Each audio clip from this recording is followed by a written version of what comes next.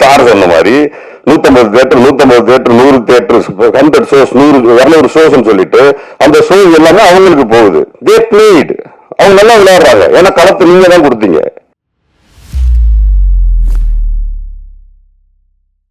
திறமையால் படம் பதித்த நடிகர் போஸ் வெங்கட் அவர்களை அன்போடு பேச அழைக்கிறோம்.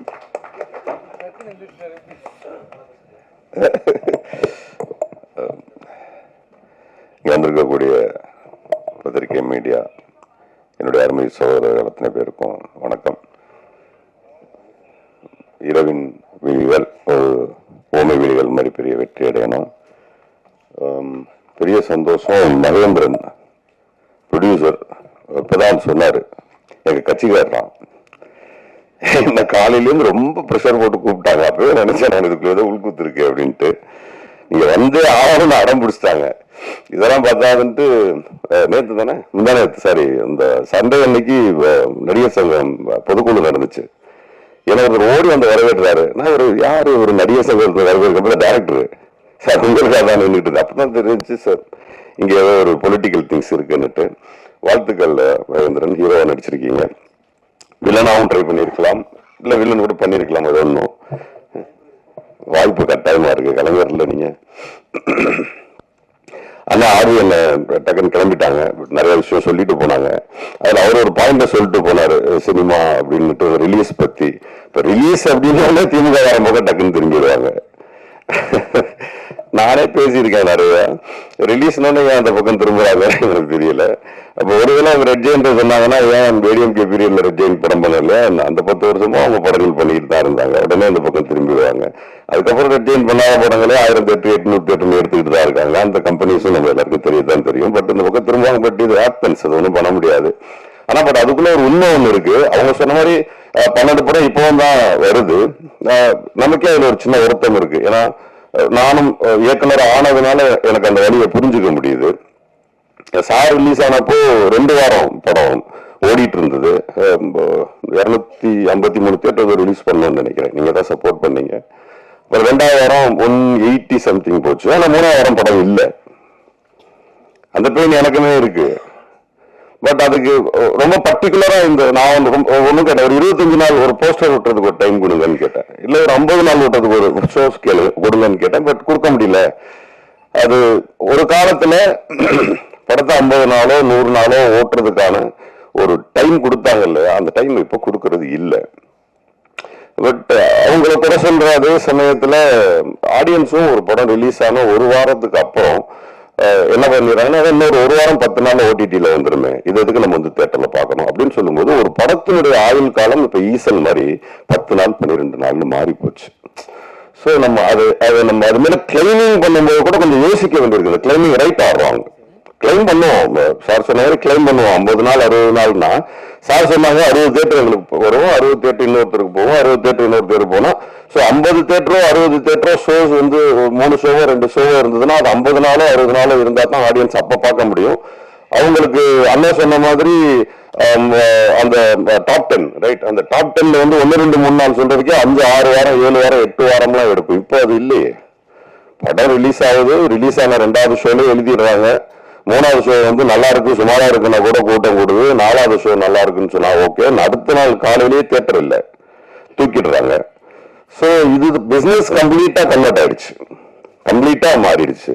அதை நம்ம வந்து புரிஞ்சுக்கிட்டு அதுக்கு தகுந்த மாதிரி தான் படம் பண்ணணுமே தவிர, இப்போ ப்ரொடக்ஷன் சைட்ல ப்ரொடியூசர்ஸ் வந்துட்டு ஒரு தடவை சார் விஷால் சார் பேசியிருந்தாரு, சின்ன ப்ரொடியூசர்ஸ் எல்லாம் இனிமே வராதிங்க அப்படின்னு. உடனே நான் தான் முதல் கண்டன குரல் கொடுத்தேன், நேரடியாக போய் சந்திச்சேன், இன்டர்வியூஸ் எல்லாம் கொடுத்தேன். பட் அவர் சொன்னதோட சென்ஸ் என்னவா இருக்குன்னா, சின்ன சின்ன படங்கள் எடுக்கிறவங்க உஷாரா இருங்கிறது தான் சென்ஸ்.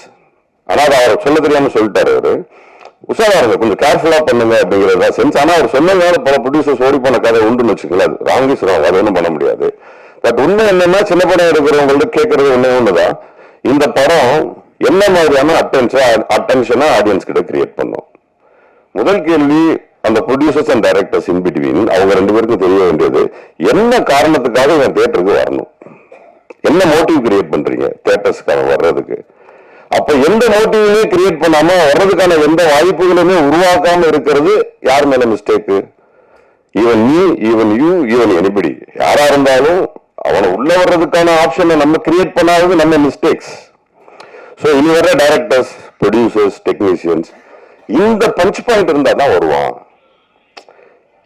இதுதான் காரணம். இப்ப சொல்லுவாங்க கேஸ்ட் வச்சு படம் எடுக்கிறாங்க, மேபி காரணமா இருக்கலாம். அவங்க மட்டும் வந்து படம் பார்த்தது காசா மாறுறதா நினைக்கலாம். மேபி அவங்களுக்கு மட்டுமான ப்ரீச்சிங்கா இருக்கலாம், மேபி அவங்களுக்கான முன்னேற்றமா இருக்கலாம், மேபி அவங்க ரொம்ப நாள் அடிபட்டதற்கான மருந்தா இருக்கலாம். Anything happen. பட் அந்த படத்துக்கு கூட்டம் கூடுது இல்ல, காசா மாறுது இல்ல.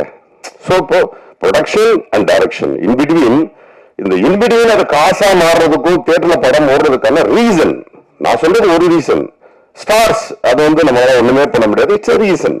ஸ்டார்ஸ் வந்து கம்ப்ளீட்லி ரீசன். அவங்க வர்றது ஈவன் விமல் சார் வச்சு நான் படம் பண்ணும்போது ஒரு முதல் நாள், இரண்டாவது நாள், மூணாவது நாள் வந்து தியேட்டர்ல முக்கால்வாசி ஆடியன்ஸ் உட்கார்ந்தது போஸ் வெங்கட்டுக்கு வரல, அந்த இசையமைப்பாளருக்கு வரல, ப்ரொடக்ஷன் எடிட்டர் யாருக்குமே வரல, விமல் சாருக்கு தான் வந்தாங்க. ஏன்னா ஒரு களவாணியில இருந்து அவர் ஒரு ஆடியன்ஸை சமாளிச்சுட்டு இருந்தாரு, அதுக்காக வந்திருந்தாங்க. ஸோ இப்போ ஹீரோஸ் கொடுக்குற சினிமா என்பது வேறு. ஸோ சினிமா எடுக்க வர்றவங்க ஈவன் இப்ப இந்த படத்துல இன்னைக்கு சேர்த்து சொல்லிடணும், கூடுதலா இப்ப நான் சொல்லிட்டு இருந்த காரணங்கள்ல இந்த படத்துல ஒண்ணு இருக்கு. பேய் படம், இந்த மாதிரியான த்ரில்லர்ஸ் அண்ட் கொஞ்சம் செக்ஸ் கலந்த படங்கள், சாமி படம், இது யார் நடிச்சாலும் ஓடிடணும் ஒரு கிராமர் இருக்கு. சோ நீங்க இந்த கிராமர்ல தப்பிச்சுக்கலாம், உங்களுக்கு ஒரு பேசிக் பிசினஸ் வந்துடும். நீங்க ஹீரோ யாரு வில்லன் யாருன்னு கூட பெருசா பார்க்க மாட்டாங்க. வியாபாரிகள் வந்து கேட்க போகும்போது அதான் கேட்கறாங்க, எத்தனை சாங் இருக்கு, 5 சாங் இருக்கா, 2 ஃபைட் இருக்கா, இது என்ன காரணம், என்ன ஜானர் படம், த்ரில்லர். இப்ப த்ரில்லர்னா உள்ள எல்லாம் என்ன நோண்டி பாக்குறது இல்ல, அதுக்கு ஒரு பேசிக் பிசினஸ் இருக்கிறதா நினைக்கிறாங்க. என்னன்னா நமக்கு தெரியும் என்ன படம்னுட்டு, ஹிந்தியில தெரியாது, அங்கே ஒரு 10-12 லட்சம் ரூபாய்க்கு படத்தை வித்துருவாங்க. கர்நாடகால தெரியாது, ஒரு 10-12 லட்சம் ரூபாய்க்கு வித்துருவாங்க. இந்த மாதிரி பல்வேறு விதமான மொழிகள்லாம் விற்கிறாங்க. விற்கும் போது ஒரு 25 ரூபா, 30 ரூபா, 50 ரூபா ஒரு பேசிக் பிசினஸ் பிக்ஸ் பண்றாங்க. இப்படி ஏதோ ஒன்னாச்சும் வரும். ஆனா நிறைய பேர் என்ன பண்றாங்கன்னா, இந்த பிள்ளைங்க வந்து வீட்டுல படம் வரையும். ஒரு ஆர்டிஸ்ட் ஒருத்தனை படம் வரைஞ்சா அப்படியே அச்சசலா வரைவான், ஊரே சொல்லு என்ன பிரமாதமா வரைஞ்சிருக்கீங்க, அது உண்மை. ஆனா வீட்டுல ஒரு குழந்தை தப்பா கிருக்கும், அப்ப அம்மா சொல்ல என்ன பிரமாதமா வரைஞ்சிருக்கேன்னு. அந்த மாதிரி நமக்கு நாமே படம் எடுத்து நல்லா இருக்கு நல்லா இருக்கு நம்ம சொல்லிக்கிறோமே தவிர ஊரு சொல்லணும் அது நல்லா இருக்குன்னு. அப்பதான் இந்த படம் ஓடும். அப்புறம் நான் படம் எடுத்த ஓடல, நான் என்னையும் சேர்த்தா சொல்றேன், நான் படம் எடுத்த ஓடல, நான் படம் எடுத்த ஓடல, படம் நல்லா இருந்தா தான் ஓடும். இப்ப படம் நல்ல படம் என்பது வேறு. அது பல விருதுகளை எடுக்கும். 2 படமும் நிறைய விருதுகளை எடுத்துச்சு, அந்த நிறைய விருதுகளை எடுத்துச்சு, அது திருப்தி தரும். அதுதான் தருணங்களுக்கு தெரியும். பட் பணமாக மாறக்கூடிய திரைப்படங்களுக்கு யார் மேல பிளேமிங் நீங்க வச்சீங்கன்னாலும் தப்பு. ஈவன் தியேட்டர்ஸ், டிஸ்ட்ரிபியூட்டர்ஸ், ப்ரொடியூசர்ஸ், இவங்க யாரு மேலேயும் நீங்க பிளேமிங் பண்ணவே முடியாது. அண்ணன் சொன்ன மாதிரி ஒரு விஷயம் வேணா பண்ணலாம், எனக்கு அது கொஞ்சம் வருத்தமான விஷயமும் கூட. சமீபத்தில் கூட நடந்துச்சு, ஒரு ஸ்டாரோட படம் வருது, உடனே அந்த சமயத்துல வெளியாக இருந்த சின்ன படங்களை பூரா எல்லாம் பின்வாங்கிறத நான் பார்த்தேன். அந்த தியேட்டர்ல படம் வருதுன்னு சொல்லிட்டு முதல் நாள் போஸ்டர்ல வருது, பேப்பர்ஸ்ல வருது, ஒரு 10 நாள் பப்ளிசிட்டி பண்றாங்க. ஆனா இல்ல அது பெரிய படம் வருது, ஏன் பின்வாங்குறீங்க? ஏன் பெரிய படம் தோத்தது இல்லையா? பெரிய படம் தான் தோக்குது. சின்ன படங்கள் தான் அதிகமா தோக்குறது பெரிய படங்கள் தான். அவங்களுக்கு தான் பாதிப்பு அதிகம். ஏன் விட்டு கொடுக்குறீங்க? போராட வேண்டியதானே, படத்தை ரிலீஸ் பண்ண வேண்டியதானே. அதே படத்தை நீங்க லேட்டா ரிலீஸ் பண்ணி ஓடின படம் லிஸ்டே நான் சொல்லுவேன், நீங்க அன்னைக்கே ரிலீஸ் பண்ணி வந்திருக்கலாமே.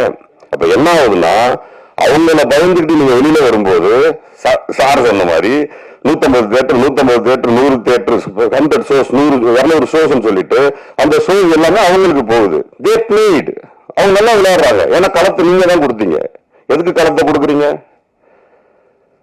நான் ஏற்கனவே ஒரு ஆக்சுவலா இப்போ வந்து ப்ரொடியூசர் கவுன்சில் எல்லாம் சேர்ந்து போய் பேசியிருக்காங்க, டிஸ்ட்ரிபியூட்டர் கவுன்சில் எல்லாமே வந்துட்டு துணை முதல்வர்கிட்ட போய் பேசியிருக்காங்க. டிக்கெட் எல்லாம் நீங்களே பாத்துக்கோங்க, கவர்மெண்ட் இதை போய் பண்ணலாம்ட்டு. இதை நான் கிட்டத்தட்ட 2 மாதங்களுக்கு முன்பு நான் பேசியிருக்கேன். நான் என்ன கேட்கிறேன், முழு அதிகாரமும் யாருக்கிட்ட இருக்கு? பணம் போட்ட ப்ரொடியூசர்ஸ் கிட்ட இருக்கு. ஆனா நீங்க என்ன பண்றீங்க, 2 கோடி ரூபாய் 3 கோடி ரூபாய் சொத்து தானே ஒரு திரைப்படம்.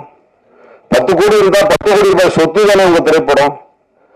உங்க சொத்தை தீவிர அட்டையா கொடுப்பீங்களா? உங்க நிலத்தை அட்டையா கொண்டு கொடுப்பீங்களா? யார் பேர்ல எழுதி வைப்பீங்களா? உங்க வீட்டை யார் பேர்ல எழுதி வைப்பீங்களா? பணத்தை மட்டும் இன்னொருத்தன் பேர்ல எழுதி வைக்கிறீங்க. என்ன பயம் உங்களுக்கு? என்ன பயம்? படம் எடுக்கிற வரைக்கும் 10 கோடி ரூபாய் போட்டு படம் எடுக்கக்கூடிய தைரியம் இருக்கு உங்களுக்கு. தியேட்டரை பிடிச்சி படம் ரிலீஸ் பண்ண தெரியாதா? அப்ப நீங்க பிசினஸ் கத்துக்காம வந்திருக்கீங்க உள்ள. பிசினஸ் தெரிஞ்சுக்கிட்டு வாங்க. 10 கோடி 15 கோடி 5 கோடி 8 கோடி 3 கோடி எல்லாம் வேணா போடுங்க, வாங்க. ஒரு படம் எடுக்கிறாரா அசிஸ்டன்ட் ஒர்க் பண்ணுங்க, ப்ரொடக்ஷன் பண்றாரா, அவர் கூட ப்ரொடக்ஷன்ல ஒர்க் பண்ணுங்க, டிஸ்ட்ரிபியூஷன்ல கத்துக்கங்க, அப்புறம் வாங்க சினிமாவுக்கு. அப்புறம் தோத்து போயிட்டேன் அழுகுறதுல எந்த பிரயோஜனமும் கிடையாது. கத்துக்கங்க. எனக்கு ஆசையா இருக்கு, டிஸ்ட்ரிபியூஷன் கத்துக்க போறேன், பண்ண போறேன், சீக்கிரமே பண்ணுவேன். தோக்குறேன்னு ஜெயிக்கணும் பண்ண டிஸ்ட்ரிபியூஷன்ல தான் பிரச்சனை நின்றது கடைசியா. யார்ட்டையாத்தி கொடுக்க வேண்டி இருக்கு. நம்ம அவ்வளவு சிரமப்பட்டு ஒரு படத்தை யாரை கொடுத்துட்டு கெஞ்ச வேண்டி இருக்கு. ஏன் கெஞ்சணும்? இனி வரும் காலங்கள்ல ப்ரொடக்ஷன் பண்றவங்க படத்தை எடுத்துட்டு நீங்க எல்லாம் ரிலீஸ் பண்ணுங்க. ஏன் யாருக்கு முன்னாடி ஓடுறீங்க? அப்புறம் திமுக பண்ணுச்சு, அதிமுக பண்ணுச்சு, அவர் யாரெல்லாம் இங்க பண்ணல. உங்க பயம் உங்க கண்ணுக்கு முன்னாடி நிக்கிறதெல்லாம் பூதம் மாதிரி இருக்கு. பயப்படாம படம் பண்ணுங்க, செய்யுங்க. இந்த திரைப்படம் வெற்றியுடைய வாழ்த்துக்கள். நன்றி.